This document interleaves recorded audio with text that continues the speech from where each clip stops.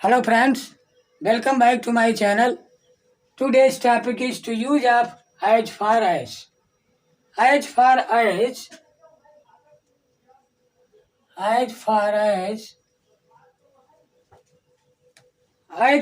एक प्रीपोजिशन है. As far as एक प्रीपोजिशन है और इसका अर्थ जहां तक. As far as एक प्रीपोजिशन है और इसका अर्थ जहां तक होता है. उन्हीं वाक्यों में इसका प्रयोग करते हैं जिनमें ऐसे शब्द आते हैं जहां तक मेरा विचार है, जहां तक मैं जानता हूं, जहां तक मेरा सवाल है. इस प्रकार के वर्ड आते हैं तो एज फार एज का प्रयोग करते हैं. जैसे जहां तक मैं जानता हूं,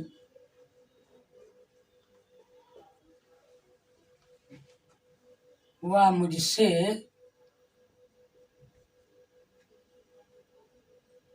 घृणा करता है. तो देखिए इसका स्ट्रक्चर दिया गया है. एज फार एज, सबसे पहले क्या करेंगे, एज फार एज लिखेंगे जहां तक. एज फार एज, इसके बाद है फर्स्ट सेंटेंस लिखेंगे मैं जानता हूं, आई नो. इसके बाद कामा लगेगा. कामा के बाद सेकेंड सेंटेंस, वह मुझसे घृणा करता है, ही हेट्स मी. तो इस प्रकार इसका स्ट्रक्चर ध्यान रखना है. एज फार एज, इसके बाद फर्स्ट सेंटेंस, फिर कामा, इसके बाद सेकेंड सेंटेंस लिखते हैं. जहां तक मैं जानता हूं वह मुझसे घृणा करता है. एज फार एज, इसके बाद फर्स्ट सेंटेंस लिख दिया मैं जानता हूं, फिर कामा, इसके बाद सेकेंड सेंटेंस लिख दिया. तो इस प्रकार एज फार एज का प्रयोग वाक्य के प्रारंभ में ही करते हैं और इसका structure as far as plus first sentence plus comma plus second sentence. तो देखिए कुछ दिए गए सेंटेंस हैं, इनको ट्रांसलेट करते हैं.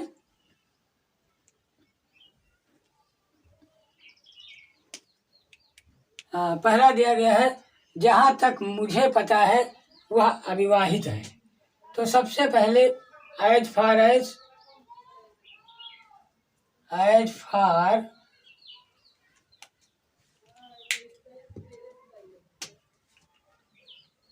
सबसे पहले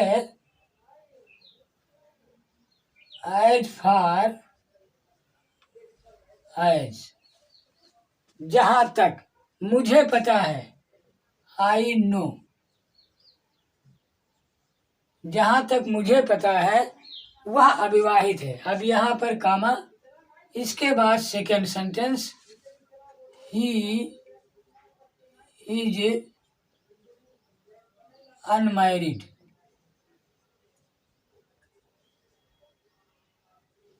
जहां तक मुझे पता है वह अविवाहित है. As far as I know he is unmarried. दूसरा देखिए, जहां तक मैं जानता हूं वह अच्छा लड़का है. तो सबसे पहले as far as I know, फिर कामा, वह अच्छा लड़का है, he is a good boy. इसके बाद है, जहां तक मेरा सवाल है मुझे कोई आपत्ति नहीं है. तो सबसे पहले as far as I am concerned, फिर कामा. यानी जहां तक मेरा सवाल है, as far as I am concerned, मुझे कोई आपत्ति नहीं है, I have no objection. I have no objection. इसके बाद है जहां तक मैं कर सकता था मैंने किया। As far as I could, फिर कामा आई डिड, मैंने किया। यहाँ पर डिड मेन वर्ब के रूप में कार्य कर रहा है। हाँ, इसके बाद देखिए जहां तक मुझे पता है वह आलसी नहीं है। As far as I know, comma, वह आलसी नहीं है। ही इज नॉट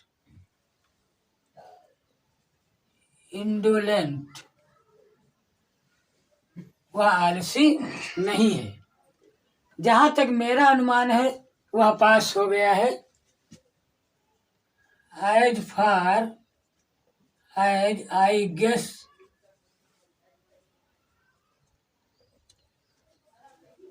जहां तक मेरा अनुमान है, as far as I guess he has succeeded, he has succeeded.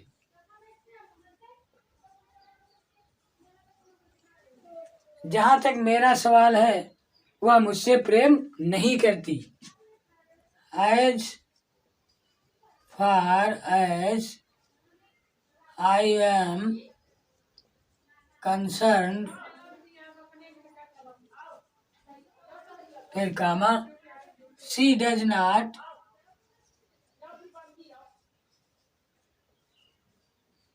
Love me, वह मुझसे प्रेम नहीं करती। इसके बाद है जहां तक मेरा विचार है चिंता ही चिता है। तो as far as I think, comma worry, चिंता, इज पायर, PYRE। इसके बाद है जहां तक मेरा 1 करोड़ सब्सक्राइबर्स का सवाल है वो मेरी किस्मत में नहीं है। तो as far as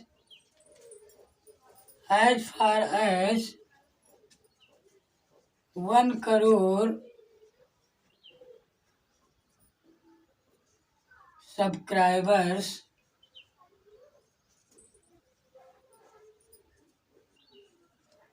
as far as 1 crore subscribers are concerned, comma, those are not in my fate। तो ये बन गया as far as 1 crore subscribers are concerned, those are not in my fate. इसके बाद है जहां तक मुझे पता है वह लखनऊ में है। As far as I know, फिर comma he is in Lucknow. तो इस प्रकार एज फार एज जहां तक यह वाक्य में प्रीपोजिशन का कार्य करता है।